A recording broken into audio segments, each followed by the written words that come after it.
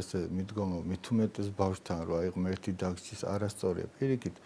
ღმერთის სიყვარულია ეს უნდა ვასწავლოთ წმინდა ივანე ღვთისმეტყველმა ეს თქვა ღმერთის სიყვარულია და მე აი სხვადასხვა ბავშვებს ასე ვხსნი ხოლმე რომ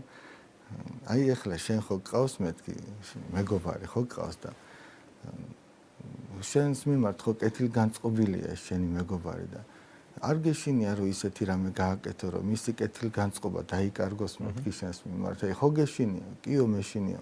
შენი მეგობრის ხო არ გეშინია მეთქი არაო და აი ამ კეთილგანწყობის დაკარგვისა ხო გეშინია კიო და ეგ არის ღვთის შიში მეთქი ანუ ჩვენ გეშინია რომ ღმერთის კეთილგანწყობა ჩვენდან არ დაიკარგოს ჩვენი რაღაც არასწორი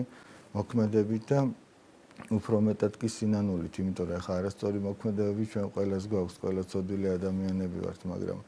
უსინანულობა არის ის რის გამოც შეიძლება ღვთის კეთილგანწყობა დაიკარგოს მადლი განგვეშოროს ესე იგი და აი რა ვიცი მე ესე ვხსნი ხოლმე რომ აი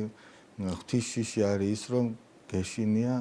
რომ არ დაიკარგოს ღმერთის კეთილგანწყობა შენს მიმართ